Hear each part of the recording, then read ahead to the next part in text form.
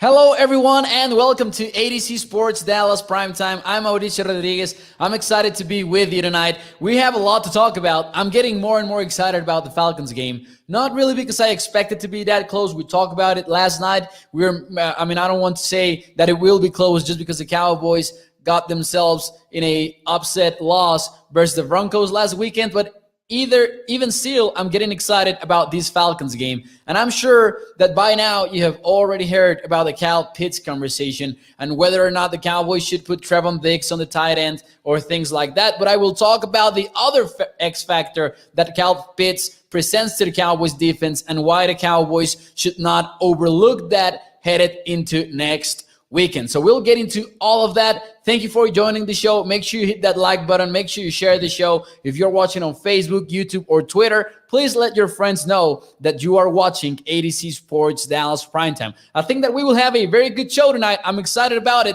So let's get into it. Thank you to everyone in the chat. Tom Downey's burner account saying that he is currently playing ESPN 2K5 with new rosters. That is actually pretty cool. I would like to do that as well. Is that on the computer or is that like on a console, a video game console? Because if there is any way to get that on my PC, I would love to hear about it. Tommy, what is up in YouTube? And Dallas Junk as well saying, yes, let's put Diggs on Cal Pitts. We'll talk about it, and we'll talk about the other, X factor that I want to bring up on tonight's show. Also, shout out to Pitt over at Facebook. Let's get into it, guys. Let's start the show officially. Thank you for being here.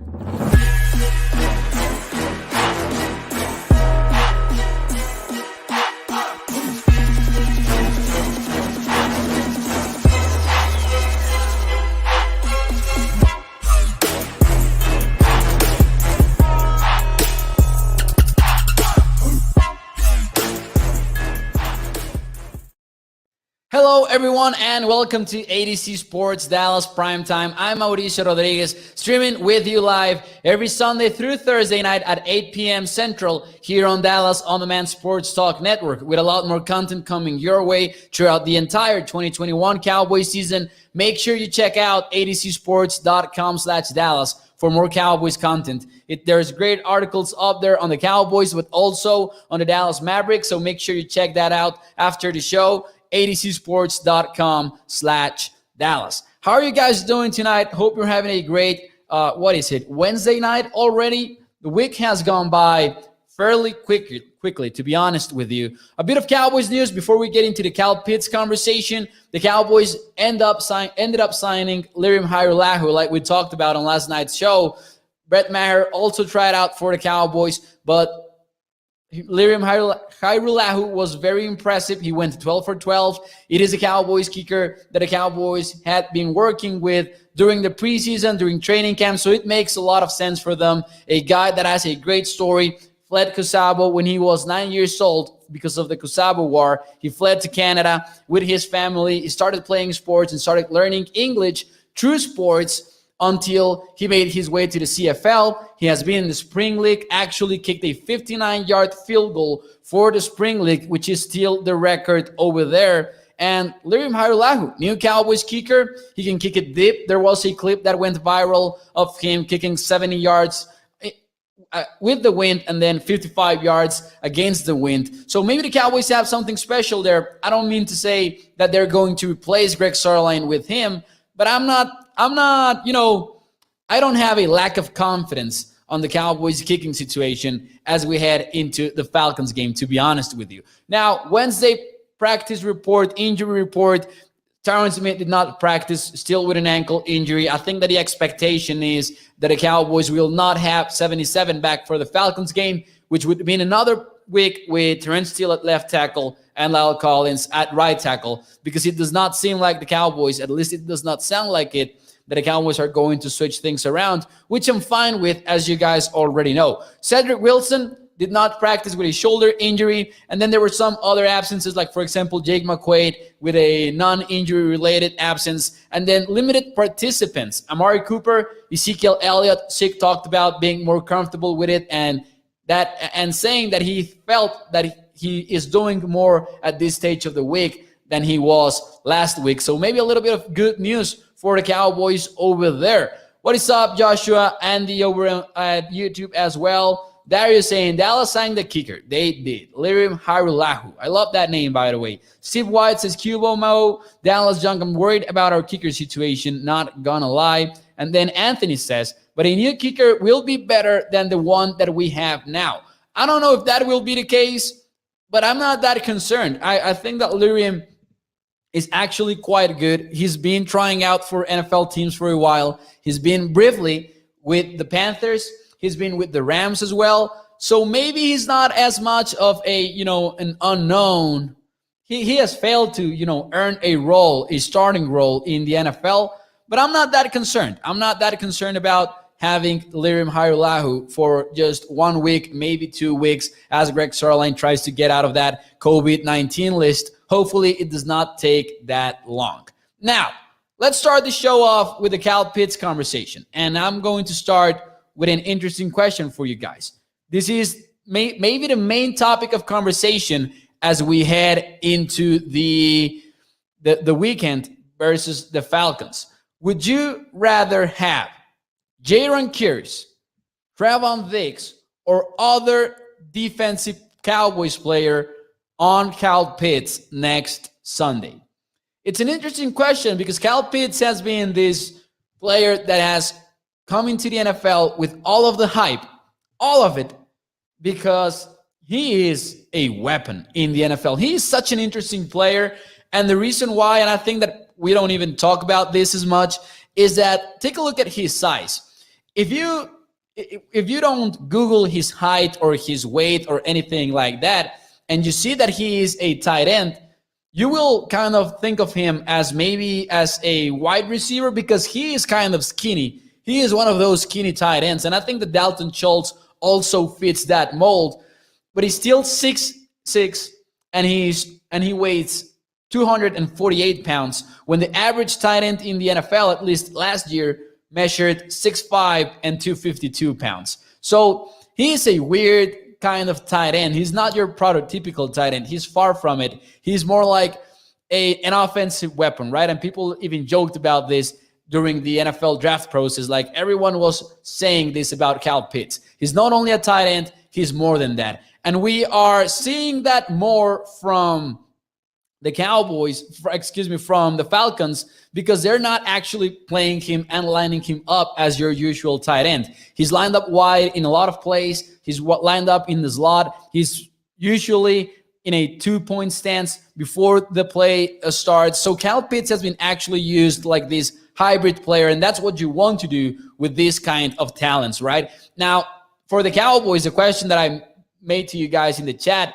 it's an interesting situation because there's a lot of factors going into this. First and foremost, the Cowboys have struggled versus tight ends this season. They are, in terms of efficiency, measured by DVOA, 32nd in the NFL versus tight ends. We have seen guys like Hunter Henry and other tight ends have big games versus this Cowboys defense. But Cal Pitts, then again, is a different kind of player, right? And we have seen some teams go at Cal Pitts with their top cornerbacks. Miami had Xavier Howard on some plays on Cal Pitts. Carolina had Stephon Gilmore on him for some plays as well. Maybe not the entire game. The Saints, the same with Marshawn Lattimore. So it's an interesting conversation, I believe. What is up, Lunatic? Thank you for being here in the show. Chris Wood says that Trevon Diggs is the answer for him. Curious is Stephen White. Lunatic says you treat Pitts like a wide receiver. You already know who I'm going with, says Dallas Junk. I would assume, Trevon Diggs. And I see that, the answers are surprisingly, varied. I thought that many people would say Trevon Diggs. I have mixed feelings about this. And Tom Downey's burner account has a good question. He says, it depends. Are we playing zone or are we playing man? I would assume that the Cowboys are going to stick to their game plan for this one, though, and they're going to play a lot of man coverage versus the Falcons. This is usually what the Cowboys have been doing this season, even though Dan Quinn has that cover 3 label. And I'm going to get a little bit ahead of myself. I was going to save this for later in the show, but the Cowboys are playing man coverage at a 62% rate. That is second highest in the NFL, at least according to ESPN. These numbers are correct. Diggs is struggling the last 2 games, says Tommy. Let's keep him outside on a lesser receiver and try to get his confidence going a little bit. I have mixed feelings on this, and I'm not entirely sure about playing Trevon Diggs on Kyle Pitts. He has what it takes to match up versus Kyle Pitts. I will say that. But here's the thing that I believe that, Cowboys fans and Cowboys analysts and things like that are missing on this Kyle Pitts conversation. Matt Waldman pointed it out on Twitter, but also when watching the tape, it kind of starts showing up consistently. The Falcons are not only targeting Kyle Pitts as an offensive weapon in the receiving game, but they're also being very creative and very aggressive, using him as a distraction for other receivers. And this is nothing new in the NFL, but it has shown up consistently and, in my opinion, at a surprisingly high rate on tape. And I have some examples for you on tonight's episode. And I have just 2 plays for you, but this shows up a lot of the time. And if you can see over here, the Falcons are actually, using Kyle Pitts to get coverage away from other receivers. And that includes Hayden Hurst. I believe that Hayden Hurst is a name that will pop up next Sunday as the Cowboys play the Falcons. Look at how number 81 just gets completely freed up as Kyle Pitts runs his route over there. Of course, Kyle Pitts using number 8 over there. Now, the same is true in other plays, and this was a big play versus the Saints, actually. And I'm going to, get my full screen over here. Kyle Pitts goes in motion. His first lineup on the right side goes all the way to the left side. And look at how the plane begins. And look at how number 17 is all alone up there with 43, the Saints safety. And there are 3 Falcons jersey. And this is an interesting play if you watch it on the actual game. 3 players surrounding Kyle Pitts completely. Of course, it has to do with the fact that there are not a lot of receivers downfield. But I think that that's what makes it interesting when it comes to the Falcons and how they have used Kyle Pitts. And I'm a little bit concerned about, putting Trevon Diggs on Kyle Pitts and having other wide receivers freed up and doing some damage versus this Cowboys secondary.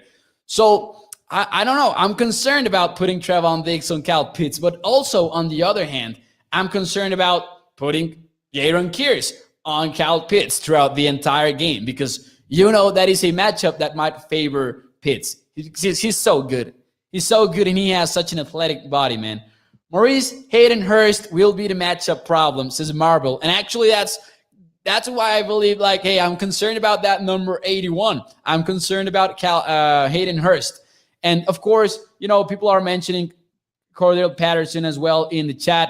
Patterson has been a journeyman, and he has been a journeyman, but I don't know that we have seen him with this role yet, at least not this aggressively. The Falcons are using him everywhere, in every way that they can, and they're being so aggressive targeting him, for example, when they are blitzing against the Falcons. Cordell Patterson is doing damage as a receiver, as a running back, lining up just about everywhere. God Bomber says, I was one of the first to pick up Cordell Patterson. I remember he got 36 points, and I started him also the week before, says God Bomber. Big game for the Cowboys defense, and in a different way than versus the Broncos. Of course, the Broncos with the benefit of hindsight. I mean this. Because sure, Teddy Bridgewater had a good game versus the Cowboys defense. Tim Patrick out of nowhere looked like Jerry Rice out there. But it was more about, the Broncos game was more about them out physicaling. I don't know if that is even correct, but being more physical than the Cowboys. But with the Falcons, I think it might have to do with a lot of small matchup problems, right? Like Kyle Pitts is a difficult player to match up against. But in the case of Cordell Patterson, and I know it's a different kind of player, and I don't want to undermine what Patterson has been able to do so far. But hey, the Cowboys did somewhat of a good job versus Austin Eckler, versus Dalvin Cook. They have been able to limit these running backs that are also threats in the passing game. Patterson is even more different because Patterson is such a specific player that there is no possible comparison for what he's doing right now in the entire NFL. But hey, I think that even though these are matchup problems, I think that the Cowboys have the speed on their defense and the intensity to match up against it. Hopefully, they're able to. I think they will. And even though the Falcons' offense has shown some signs of life over the past few weeks, I think that the Cowboys have that speed to match up against it.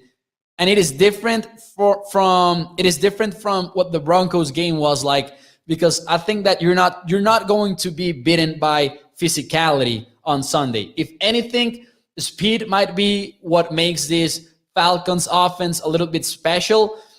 And not only speed, but also the Cal Pitts factor, which is not only game speed, but also a little bit of everything, play strength. Cal Pitts is another point, of course. But I think that the Cowboys match up well against these offense. But I thought Cowboys win out, not gonna lose his God Bomber. Tom Downey saying, still think this defense is the primary reason Dallas doesn't make a deep playoff run. There are some concerns, 100% on this defense. There are still some concerns. I do think that the Broncos game was the exception, though. Even if they continue to struggle, I don't think it will be as much as they did versus Denver, because that game was just getting punched in the mouth and not getting back from it. I would hope that that game was the exception. I don't think that the Cowboys have a top 10 defense, and I've never thought that.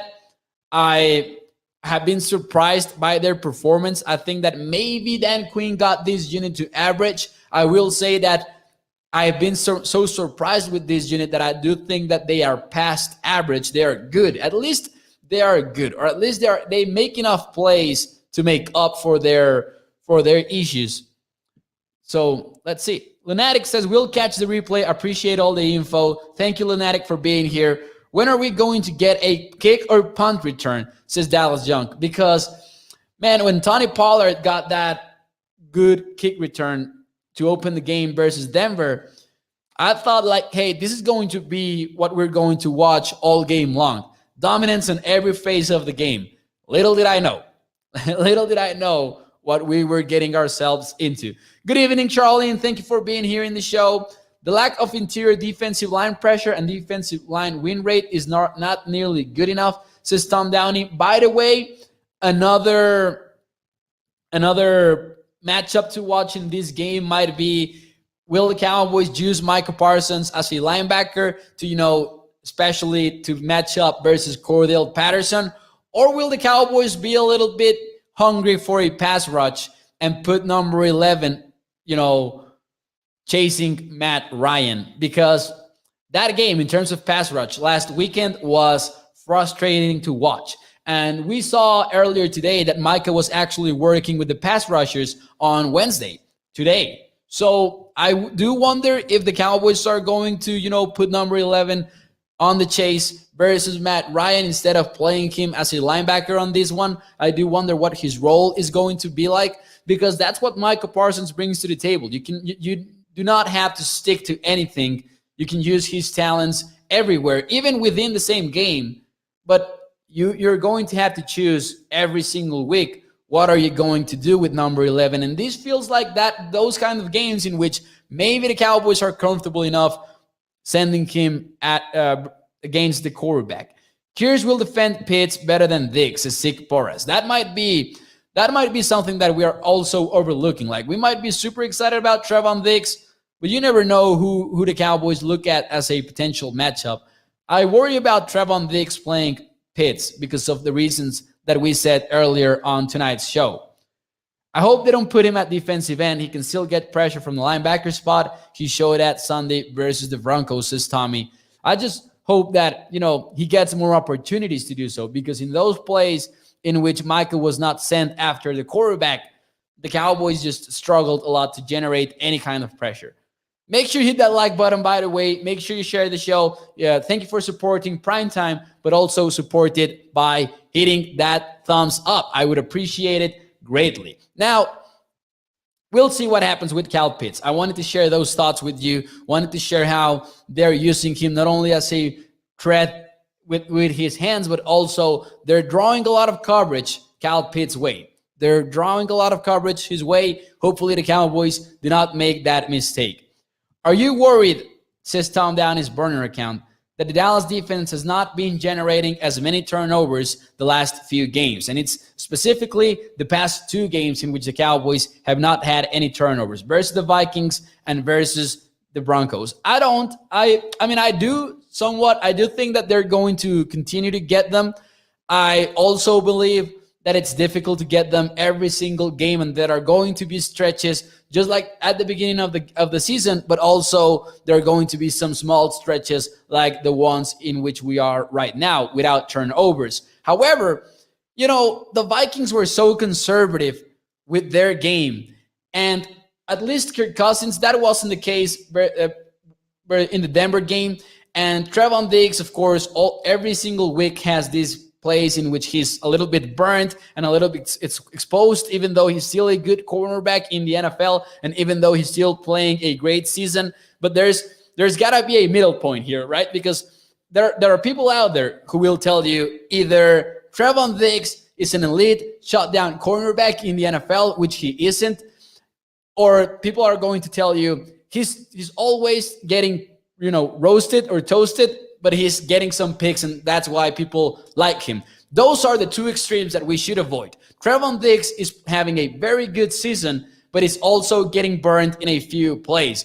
Here's the thing, though. Versus the Vikings, I don't think that Kirk Cousins targeted him a lot of times. I think that Cousins purposely steered clear from Trevon Diggs.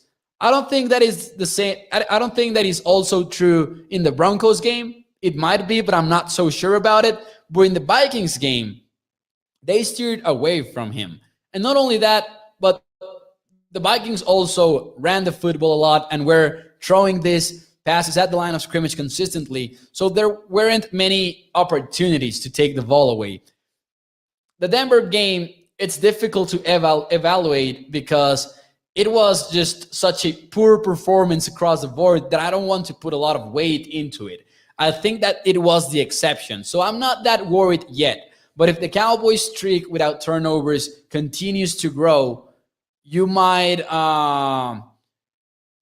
start to get a little bit frustrated because clearly the Cowboys defense success through the first 6 weeks of the season relied heavily on those turnovers. But the Vikings game was so exciting for that same reason that they had a very strong performance even without a turnover. Trevon Diggs is a really good opportunistic cornerback, is what Tommy is saying in the chat. And Tom down his burner account says, not sure how to feel about Diggs, to be honest. I think that is the case. I think the problem with how to feel about Trevon Diggs, the problem with that question that a lot of Cowboys fans might have right now is that from most social media accounts or from most national media, you're getting these extreme takes on Trevon Diggs when in reality is a point right in the middle of it. It is not that Trevon Diggs sucks and that Trevon Diggs only shines because he gets a couple of turnovers every single game or one interception. It's not that, and it's also not that he is a shutdown cornerback. It's somewhere in between. He is very good. In my opinion, he is very good. He continues to show growth in the football field, but he's not a shutdown cornerback yet. Shutdown is a strong word. Shutdown is consistency. Not only week in and week out, but also play in and play out. Even the best shutdown cornerbacks get burnt every once in a while, though. Would you be surprised? I would be greatly surprised, Steve. Stephen White says, would you be surprised if Bossman Fat takes over for Diggs? Are we talking about the starting role throughout the season? I would be shocked. I definitely would be shocked. That is not happening, in my opinion. I don't know if Steve more than anything means like, hey, maybe we put Trevon Diggs on Kyle Pitts for this singular game and then Calvin Joseph starts on the outside. That might be the only way that would make sense to me. Otherwise, I definitely do not expect that to happen. Diggs is a very good cornerback, and he's playing, and he's number one in this football team. He really is.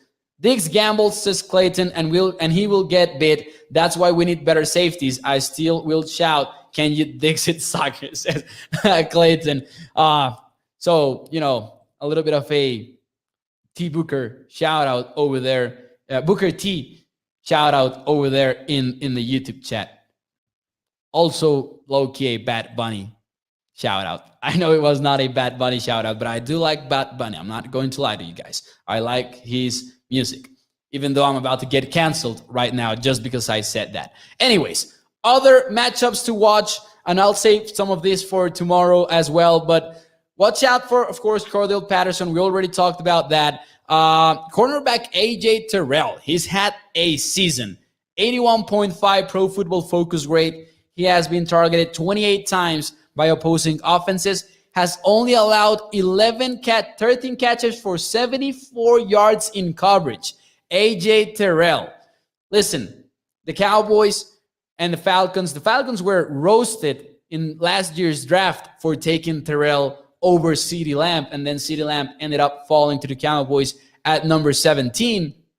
But AJ Terrell has shown up for the Falcons. He is one of the most exciting cornerbacks, and he's not getting attention only because he plays for the Falcons. But watch out for AJ Terrell. Maybe Dak Prescott will want to, target the other weaker parts of the Falcons secondary, but Terrell is doing a good job. He's not following top receivers a lot. For example, in the Panthers game, he really didn't follow DJ Moore throughout the entire game. He was over at the left side of the defense, and he stayed there. But he's played so well this season. We just need to rush better corners. We'll be fine, says Stephen White. Did you see Bad Bunny on Narcos, says TC915? I didn't. I have not seen, believe it or not, I have not seen that show. I want to, but the thing about me is that when I have time to watch TV, as I try to balance things out in my life, it is at night, and I want to watch things that make me laugh. So I binge on The Office time and time again. I binge on Parks and Rec time and time again, but rarely do I watch something serious at night. So I didn't. Put Amari on Terrell, and the rest of our guys will eat, says TV Mac. I like that mentality, especially if Michael Gallup is back for this Cowboys offense. Great show as usual. Thank you, Brian. Thank you. Now, AJ Terrell, watch out for him. Some thoughts on Dan Quinn before we move on to One Cool Thing. I'm very excited about this week's One Cool Thing, by the way. So start thinking about yours because the question is coming in the chat. Your One Cool Thing of the week. But before we move on to that, I will trust Dan Quinn a little bit more because I wanted to mention this because Cowboys fans are frustrated after the Broncos game, and they are right to be. That is, rightful frustration. But I'm also, I still have faith, a lot of it, on Dan Quinn. And the reason is last week sucked versus Denver. But the problems that this Cowboys defense had last weekend are problems that I like to have in that they're not that predictable. For example, third down performance. The Cowboys have been at least a decent third down defense. They have gotten burnt in some big plays. So, for example, in that Panthers game and other examples of it. But they went 8 for 15 on third down on defense versus Denver. That is a very high number, and one would like to assume that number will go a little bit down. 14 missed tackles. Again, execution that is not likely to repeat itself. At least we are crossing our fingers that it won't be. And I think that Dan Quinn has been able to adapt his defense so far.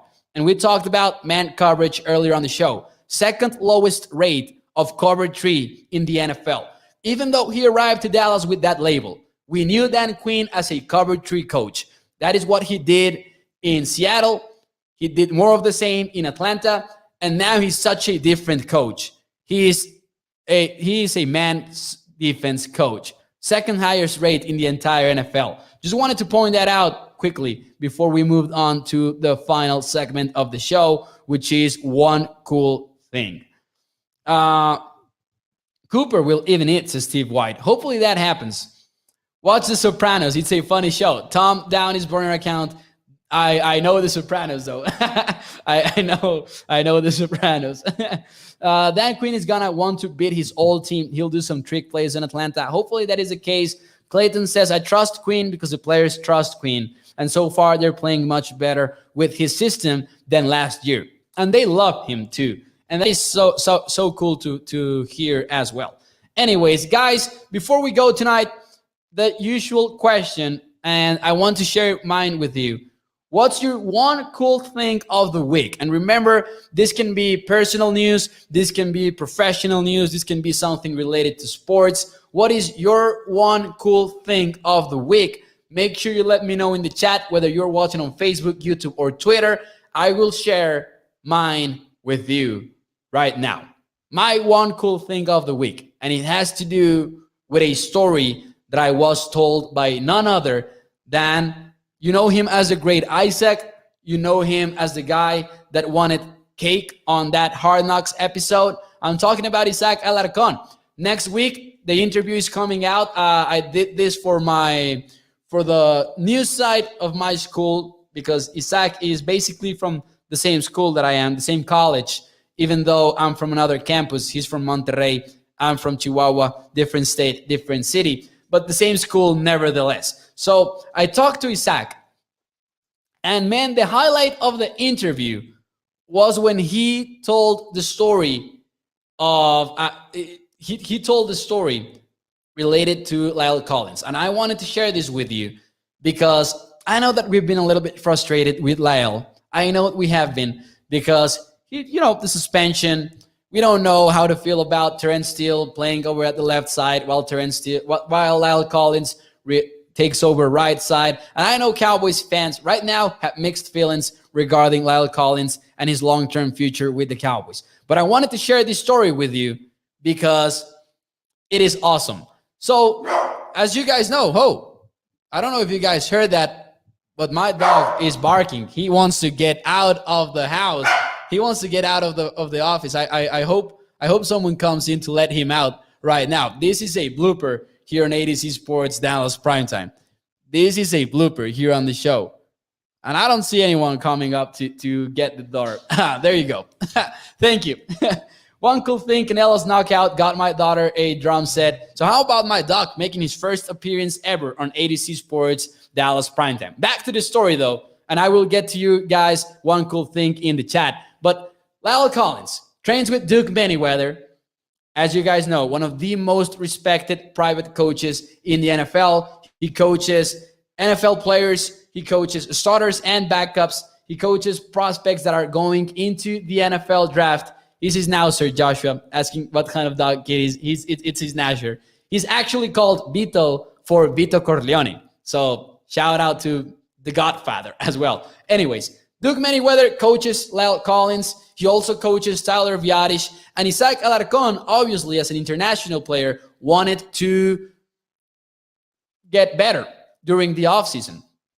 And he is having breakfast. And this is according to Isaac himself. I will put this clip maybe with subtitles once it comes out. And Isaac is having breakfast when Lyle Collins comes to him and he says, "Hey, Isaac, I know you want to get better. How about you come and train with me and my guy?" Referring, of course, to Big Duke Manyweather, one of the best coaches in the private world. So Lyle takes Isaac over there. And then after the first practice session that he has with him, he asks Alarcon, "Hey, would you like to train with me? Would you like to train with Duke?" Isaac asks, I don't know, how much would I have to pay him, because he's a private coach and the players actually pay Duke Manyweather. And Lyle says, "You know what? I got you." And Collins pays for the first 10 practice sessions with Duke Manyweather. And I don't have a clue what their cost. I really don't know. But Lyle gets Isaac Alarcon the first 10 practice sessions. I really love that story because it speaks to what kind of guy Lyle Collins is as well. Another story that Isaac told on the interview is that, he once Dak Prescott talked to him and he said, "Hey, you're from Mexico, right? I know a great Mexican restaurant. Let's go out there and have dinner." And then Isaac says, "You know what? I would love to, but my family is in town. I will be with my family." And, Dak says, "Get your family and let's go. Let's go over there." That was awesome as well. So imagine having dinner with your family and Dak Prescott in a Mexican restaurant. If you are Isaac Alarcon, that should be so fun. This interview is coming out next Tuesday, I believe. I will share with you some clips. I will get it some subtitles maybe. That is my plan, so you guys can watch some clips of it, because this story is quite amazing. I really didn't know it, and I thought that was amazing. So let's get to you guys. One cool thing of the week. What is your one cool thing of the week? Joshua says, I actually get to watch the game this week. So Joshua, I don't know if you have like a job that keeps you from watching it, but that is nice. That is nice that you're going to be able to watch the Cowboys. Got my daughter a drum set, says Stephen White. That is awesome. Raul de la Garza, one cool thing, Canelo's knockout, 11th round versus Caleb Plant. 168 belts are unified. And having an American Bally meet and greet at my place on Saturday. It's my second annual event. Shout out to James Tucker. Congratulations on that. Stevie Mac, hope you have earplugs. Stephen White, for the drum set. Oh, man, I cannot imagine how that's like. Tommy says, Michael Gallup is coming back. That is his one cool thing of the week. Tom Downey's burner account. Tomorrow is Veterans Day. Did 10 years in the Army and got out as a staff sergeant. Did a tour in Afghanistan in 2011 to 2012 and meeting with some of the people I deployed with tomorrow. Hey, shout out to Tom Downey's burner account. That is actually a very amazing thing. Shout out to him. What kind of dog? Oh, Tommy said that my dog, when he started barking, he was actually telling us his one cool thing. Probably telling us that, hey, you will not believe how the grass smelled out there tonight. It was different from every day. Got my niece her favorite team's hoodie for her birthday. Unfortunately, she's from Denver. Clayton, why would you say that on the chat? I'm kidding out here. I'm kidding. That is cool. Gonna buy a new gaming PC after 4-5-ish years in the Christmas. Democrats with stimulus money got me $700 because tuition assistance in COVID relief package. Hey, a gaming PC is a great stuff. Got into a fender bender with a McLaren 720s. Oh, Charlene, with an interesting, cool thing. You two going to know anything, says Devo. I don't know what that was. Was that a hate comment? I think that was a hate comment. That's awesome, says Piffy. Yeah, that stinks, Charlene. I'm sorry about that. Hey, I'm sorry about that. I had an accident because stupid me, but it was kind of freaky, but I was 16. LOL, says God Bumper. Clayton says, 10 years U.S. Air Force veteran here. Shout out to all our men and women who served and currently serving. Sounds very expensive for the McLaren. Definitely is. So those were the one cool things of the week. I don't know if I missed any of you guys, but if I did, I'm sorry. I will get to them next Wednesday. Remember that we do this every Wednesday. Anyways, thank you for joining the show. I appreciate it. As always, we are here Sunday through Thursday at 8 p.m. Central. And I'm excited about this show. I love having you here every night on ADC Sports Dallas Primetime. Thank you for being here. We will talk more tomorrow with the game prediction, betting the Cowboys segment, and of course, as always, asking you to check out adcsports.com/Dallas for more Cowboys content. Michael Parsons talking about, matching up against a former teammate, matching up against a unicorn. Make sure you check that out. Of course, some Mavericks content in there as well. Make sure you hit that like button. Make sure you share the show. If you're watching on Facebook, YouTube, or Twitter, let your friends know about Primetime. Let's get more Cowboys fans involved here, and let's continue to grow the ADC Sports Dallas brand. Thank you for joining me. Have a great Wednesday night. I will see you guys mañana. Thank you, guys. I will see you tomorrow. I stole that from RJ Ochoa. Just a quick shout out to RJ. I know he likes to say mañana. So anyways, I will see you tomorrow. Thank you.